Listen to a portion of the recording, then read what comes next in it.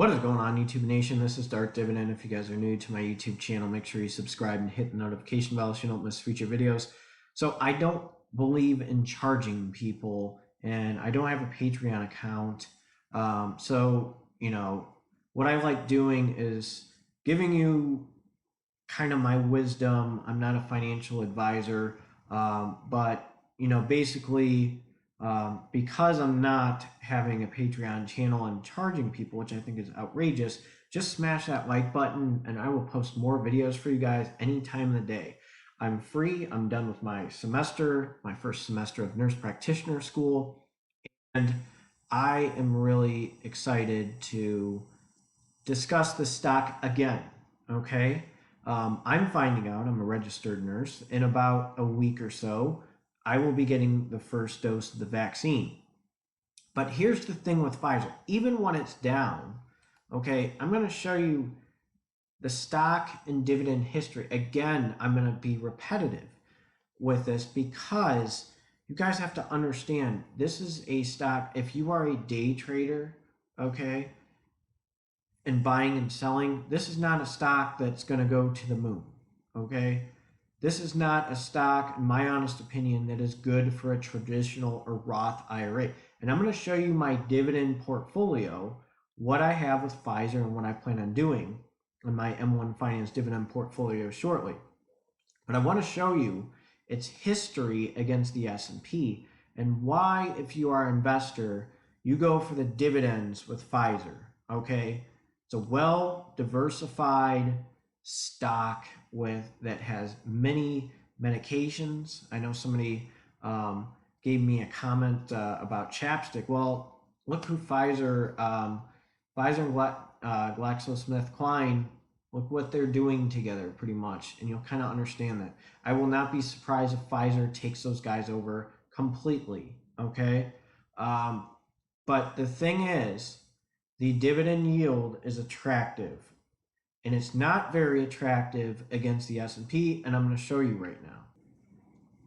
Now, what I mean is it not being attractive against the S&P. Now, look, since inception, it has done phenomenal against the S&P, but if you look at the past 5 years, it has struggled a little bit against the S&P. See, here's the thing. People want that instant gratification with stocks. They follow emotions, okay? I want you guys to realize, look, I'm a nurse. I have worked on COVID floors. I probably will be floated to COVID floors. But the thing is, companies like Pfizer, okay, are not going to go up. They're not going to fly up, all right? They're kind of like AT&T. A lot of you guys who are dividend investors who watch my channel, and by the way, I just posted one earlier today but about AT&T and what I'm going to do with that stock. This stock is something that you hold on to for the long term. You reinvest the dividends. Now, you can have it in your traditional Roth IRA. Don't get me wrong. That would not be a stock that I would want. I would want something like Vanguard VOO. I would want something like VNQ.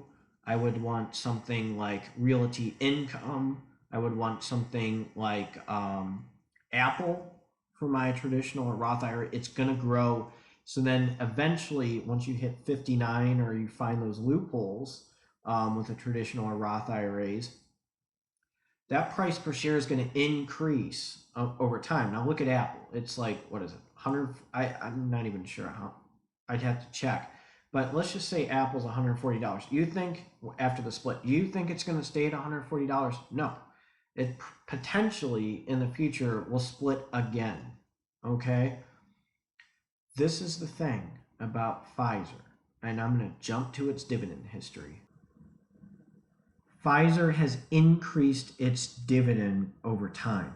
So what I'm saying to you guys who are investors or dividend investors or want to buy and trade and sell stocks, there's a few options you could do. I'm thinking of a scenario. With a dividend yield of 4%, almost 5% right now, you can hold, let the economy get better, and just keep on reinvesting and then eventually sell it. You could have it in a traditional Roth IRA and let the dividends reinvest and go from there. I think it will. I see it slowly going up. I mean, I just don't think you can go wrong with this stock.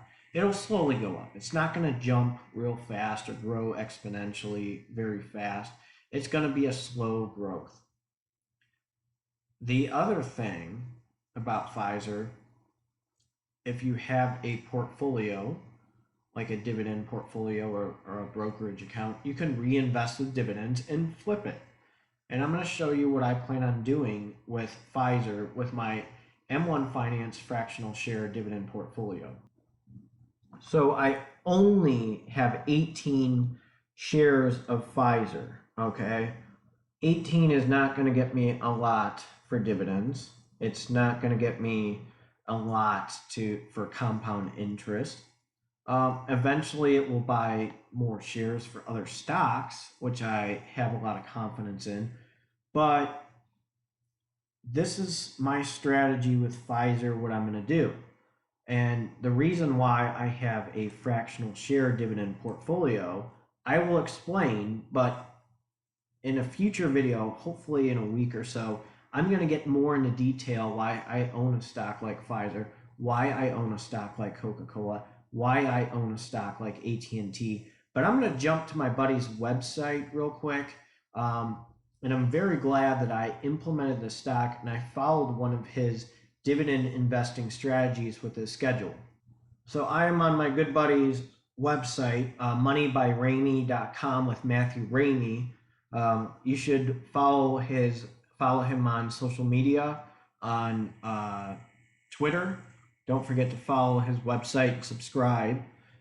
He's a really good guy. Him and I have had phone conversations, dividend investing strategies, send each other texts like, hey, I got this. Look, check this one out. But his strategy that I have, that I implemented with my M1 Finance fractional share dividend portfolio, let me get to that. There we go. I think I clicked the right one. So look at the schedule. So with my fractional share dividend portfolio on his strategy, Pfizer distributes a dividend, it looks like in March, looks like in April. Let me click that. Hold on, am I doing this right? There we go. Okay, so it looks like in March, June, September, and December, Pfizer's dividend is coming out at that time frame. So you notice that I have Coca-Cola right here. You notice I have AT&T. And you notice I have a few other stocks that I currently own on this side. Pfizer is a great stock if you have a dividend schedule.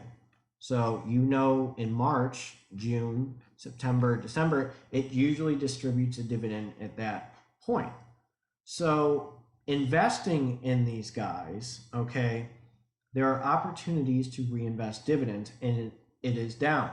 So if you want a schedule, right here, here's his email list. If you want a schedule, okay, with your dividends, you know, this is a really good website to look at and refer to.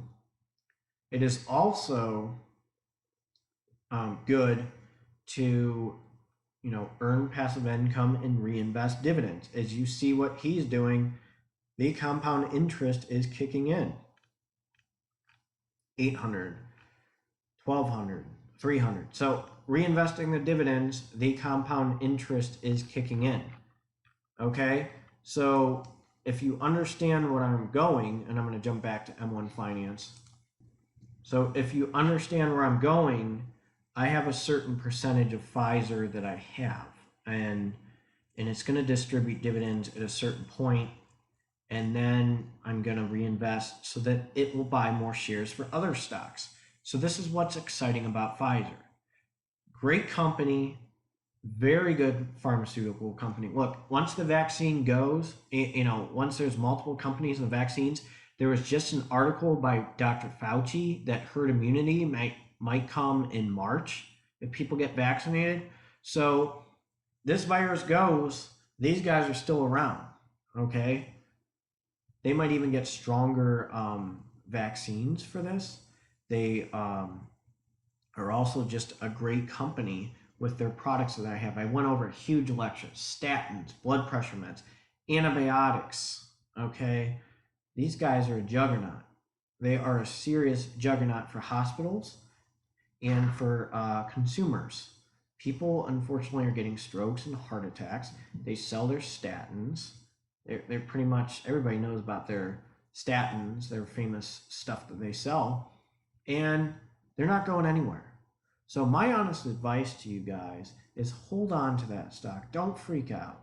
Now, you may read stuff on social media. Don't let your emotions get the best of you, because panic selling is what, when the recession hit in 2009, panic selling got us in a lot of trouble. Uh, People rely on emotions. If they said Moderna, or I'm just going to give you an example, even though the vaccine's effective, and there's one article out there that somebody says that their legs started shaking, like Tom Green when he ate caramel in those episodes back in the day, like as a prank and stuff. I might be too old for you guys, but you know where I'm going. So if somebody like did, there's an article like that, and all of a sudden something like that happened, negative press happens, you hold on to the stock, reinvest the dividends, and just go from there. So that's my honest opinion with you guys. Do not.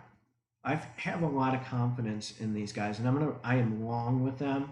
Um, what they are in this for the long run, and I just want you guys to realize that. So thank you again for watching this video.